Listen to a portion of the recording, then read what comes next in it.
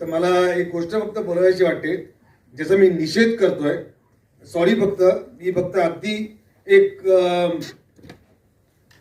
गोष्ट मला सांगायला पाहिजे, कारण इतर निर्माते गप्प बसतात, मी गप्प बसणार नाही, मी बोलणार. विषय असा आहे, पुन्हा एकदा 3.5-2 हा सिनेमा मी इतर 3 चित्रपटांसाठी 3 वेळेला डेट चेंज केली की नको, तो सिनेमा येतोय, त्या सिनेमाला डेट मिळू दे, त्याला थिएटर्स मिळतील, तो सिनेमा चालेल, त्याला मिळून दे 2-3 आठवडे, त्याला 4 आठवडे मिळू दे, त्याला तो चालू दे, आपण नंतर येऊ. अशी मी 3 सिनेमांसाठी डेट बदलली. आत्ता 3-4 दिवसापूर्वी दिग्पाल लांजेकरनी ऐतिहासिक सिनेमा त्याचा जो 16 ऑगस्टला येणार होता, जो ऑलरेडी अनाऊन्स केली होती 16 फेब्रुवारीला, म्हणजे पुढल्या महिन्यात जी फिल्म 16 फेब्रुवारीला अनाऊन्स केली होती, त्याचं पोस्टर लॉन्च झालं होतं. त्याचं सगळी अनाऊन्समेंट झाली देखील होती, त्याचं काम पूर्ण झालं होतं आणि त्यांनी अचानकपणे 30 जानेवारी अनाऊन्समेंट केली. कोणाला विचारलं नाही, कोणाला सांगितलं नाही, डायरेक्ट अनाऊन्समेंट केली.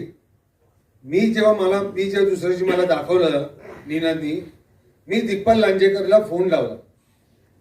म्हटलं, अहो माझ्या चित्रपटाची तारीख मी ऑलरेडी अनाऊन्समेंट केलेली आहे, हे तुम्ही करू नका, हे चुकीचं आहे.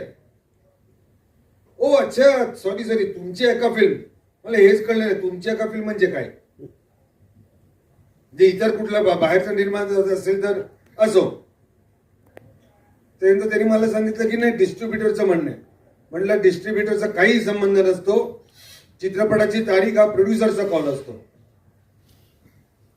नाही सर, मी म्हटलं तुम्ही तारीख बदला. म्हटलं, तुमचा मोठा सिनेमा आहे, तुमचा सिनेमा देखील चालला पाहिजे, तुमचा सिनेमा देखील थिएटर्स मिळू दे, आणि मी ऑलरेडी माझी डेट अनाऊन्समेंट मी केलेली आहे, तुम्ही आता असं करू नका. एवढं मी बोललो. म्हटलं, तुम्ही तारीख बदला आणि मला सांगा, मला कळवा तुम्ही. नाही सर, मी तुम्हाला कॉल करतो.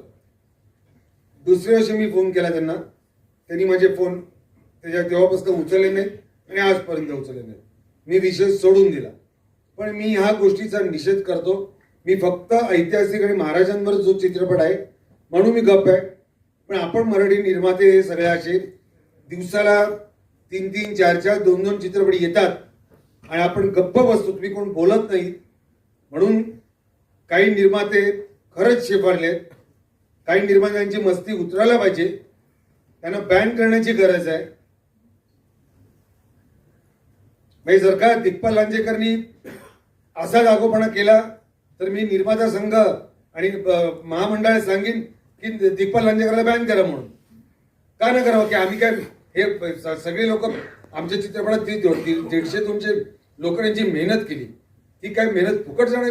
कलाकारांनी मेहनत केली दिवस रात्र. असो, मी फक्त या गोष्टीचा निषेध करतो. त्यांना देखील थिएटर मिळू दे, आम्हाला देखील थिएटर मिळू दे.